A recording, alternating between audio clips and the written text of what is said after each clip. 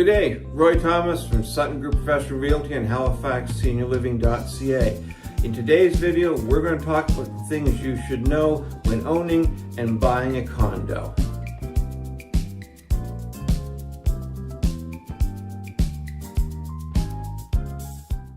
So let's go into it. Number one, what is a condo? Well, a condo isn't simply an apartment or a townhouse that you're buying. A condo is not a type of property. A condo is a type of ownership. It could be an apartment style condo in a building. It could be a townhouse, or it could even be something like a bare land condo where you're actually buying the land. You pay your condo fee on the land, and then you can put improvements on the land, such as a house. And it would typically be the development, a small subdivision, for example. The reason that they would do a bare land condo is that when it's located in an area where there's no municipal services, no water and sewer, typically in that case, land requires to have its own septic and its own source of water, its own well. If you're doing a bare land condo, because it's part of a condo development, you can simply have community wells and community septic systems. And you don't need to have provincial grade roads because they're in a subdivision, lower traffic. So that would be an idea of a bare land condo. But a condo is how you own the property because you're owning it in conjunction with the other members of the condo corp. So when you buy a condo, what are you actually buying? Well, you're buying two things. Number one, you're buying your unit. Let's say you're in an apartment style condo. You own the inside of the unit, typically everything from the paint out. The other thing you're buying is the common elements. Now, the common elements would be basically everything except your unit and everybody else's unit. So it would be things like the land, the exterior of the building, the roof, the parking garage, a parking lot if you have one. It would be the hallways, the elevator, the foyer, basically everything other than the units. Now, a big question that comes up a lot is condo fees. A lot of people are wondering, well, if I own the unit, why am I paying a condo fee?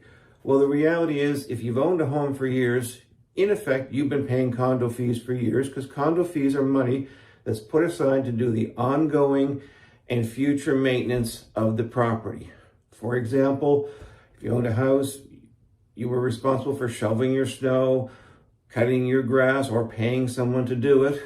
And if you need to replace the fridge or you need to replace a roof or windows, you would pay to do those things.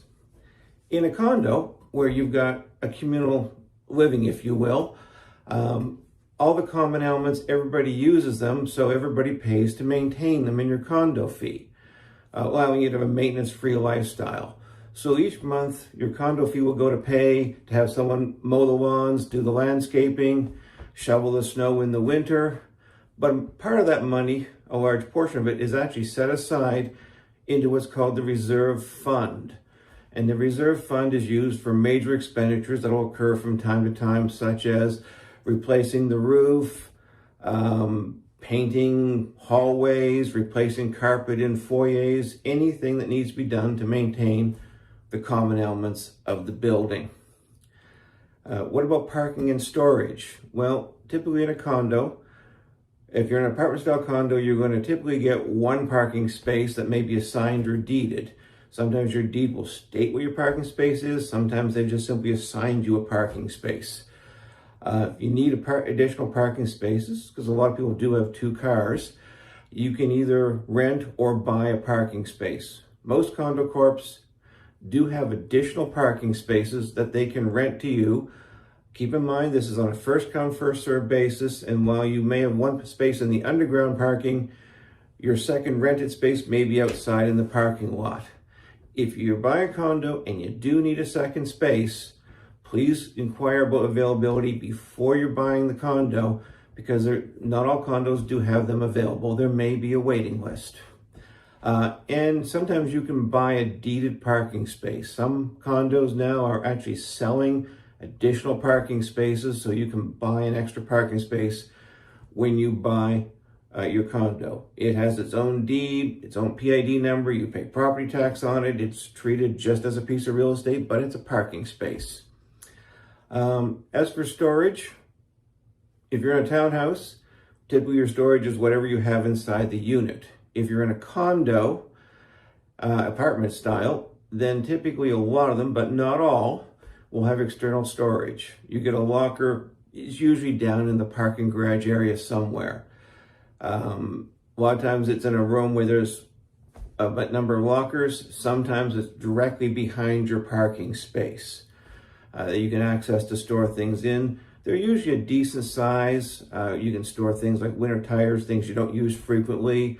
I've had some clients like to go biking, so they store a bike in there. So you do get one storage space as well. Now, what is a condo board? Well, the condo board is a committee of residents who run the corp.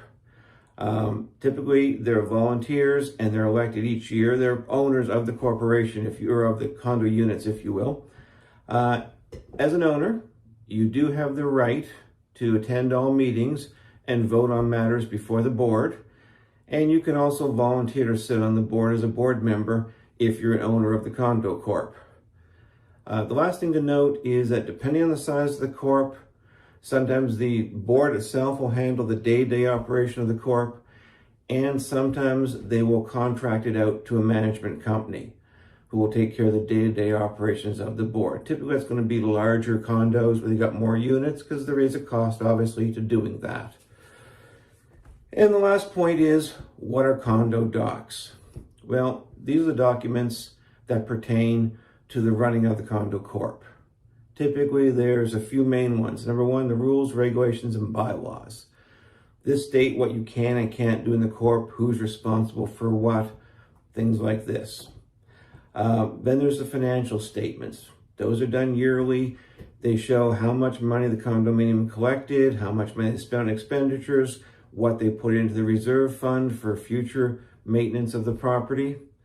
There's also minutes of the meeting. There is an annual general meeting once a year, and then usually throughout the year there'll be additional meetings. If you're buying a condominium, you'll get at least the last year's minutes of all the meetings, so you can review and basically see what the condo corp is doing right now, what the ongoing projects are, potential expenditures, and just to give you a more thorough overview of how the corp's being run.